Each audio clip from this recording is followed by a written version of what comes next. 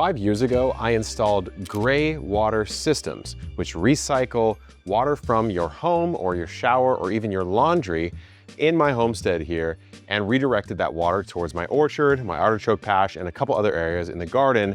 But it's been 5 years, so I thought today we would look back and see if I think it's still worth it to do an install like that if you're looking to be more sustainable on your urban homestead. Now, regardless of if it's worth it or not, you just have to take a look at the citrus orchard. It's absolutely popping right now. To begin, let me run you through the systems that I got installed and where that water is going. This is the most common one you'll find, and often one that the city will provide a rebate for you to install, and that would be my laundry gray water system.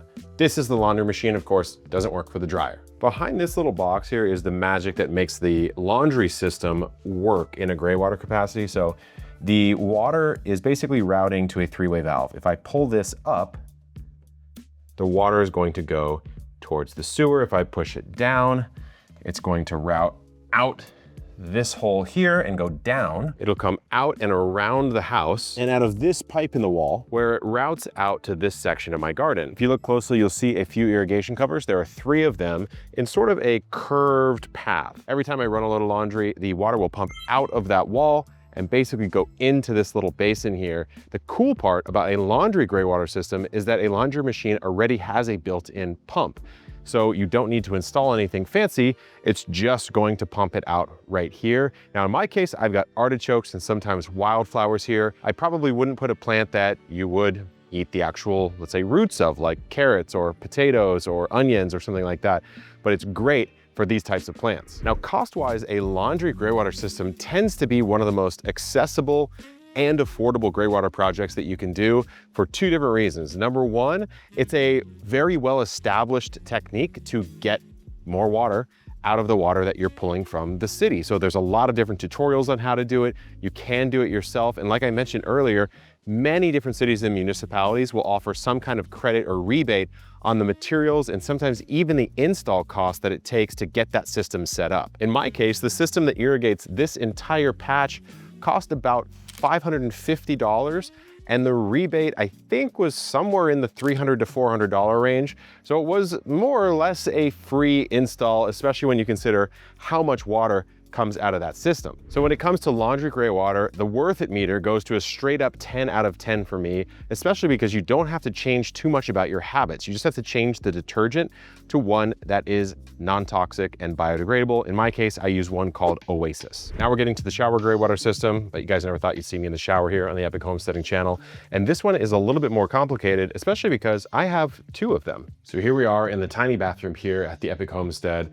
And this shower is the initial one that I set up on gray water 5 years ago. Later on, I did the outdoor shower, which I'll talk about, but this one required a bit of a tricky setup. That's because when you turn this shower on and water comes out, it runs down into the drain, but after that, it relies fully on gravity to make its way out to the orchard where I started the video. There's no pump system here. So this point where it's coming out of the drain here underneath the house has to be higher than the point that it's ending at. Then there's also a consideration of the products that you use. When I was living here full time, I had a girlfriend and we used different types of products in the shower. So if I was in here, I would use something like Dr. Bronner's and I'd be able to flip a switch, which I'll show you, that would send that water to gray water.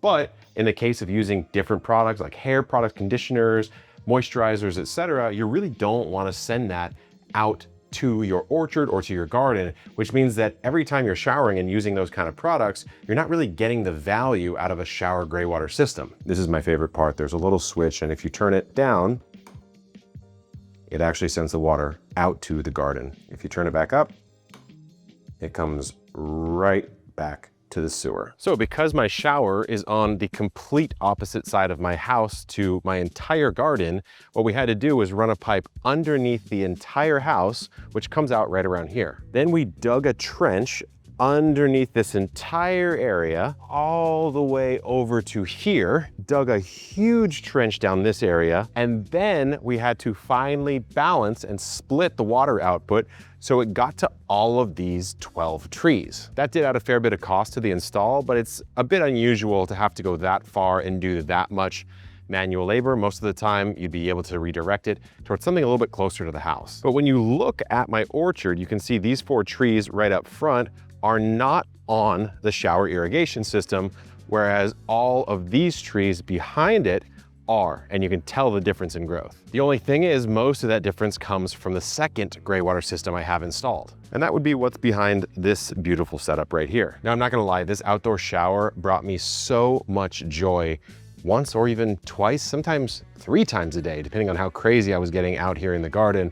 So I think the investment on a personal level was totally worth it. And frankly, once I had the shower gray water system installed inside the house, tapping into it with this outdoor shower was not that much more expensive. I just had to run PVC underneath the drain here and get it out there and just connect it with a T connector. And because I only used Dr. Bronner's in that shower and it was going to a good cause, the orchard in my garden, I felt free enough to shower as much as I wanted. So some days when I was out here on the weekends or working in the garden, I might just do a quick rinse of the feet. I might do a refreshing chill shower to kind of boost my mood again, or I might just rinse myself off more than I normally would. And to me, I think the craziest difference is just how much more the fruit trees in my orchard grew. But what I will say is that shower install is just a little bit less common of one to do. You'd need to hire a specialist to get it done. And it doesn't have as much mileage, I would say, as something like a laundry gray water relative to the cost, especially because it really depends on the type of showerer you are. If you're using anything that you don't want to get into the orchard every time you shower, it basically precludes you from ever doing a shower gray water system. So I would say the lifestyle change is a little bit higher on the shower gray water. And the laundry, it's really not that big a deal at all, especially when you have the 3-way valve where maybe you need to use some sort of special detergent for a particular type of clothing. One load, not a big deal, and you can switch back to the biodegradable, and every single time you run a load, you're throwing a good amount of water out there. So when I started this homestead project about 5 or 6 years ago, I wanted to go to extreme levels to see how sustainable you could be in what I would consider a pretty normal suburban space. The only thing weird about this property here, at least in San Diego, is how much land there is. It's about 1/3 of an acre lot.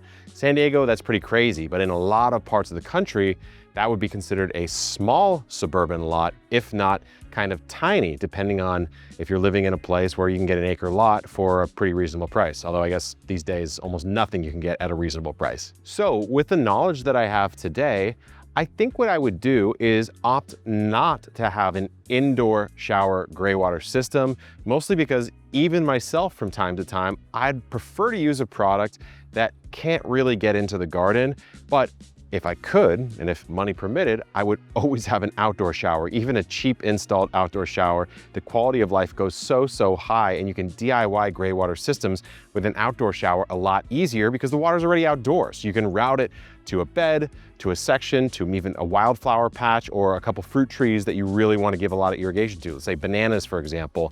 And that's a DIY project that you technically wouldn't have to hire someone for. So it's an interesting phase these days here at the homestead because, like I said, oh, by the way, look at this.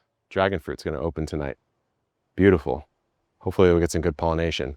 Like I said, I don't live here full time anymore. This is our workplace. This is our test garden, our product garden, our homestead.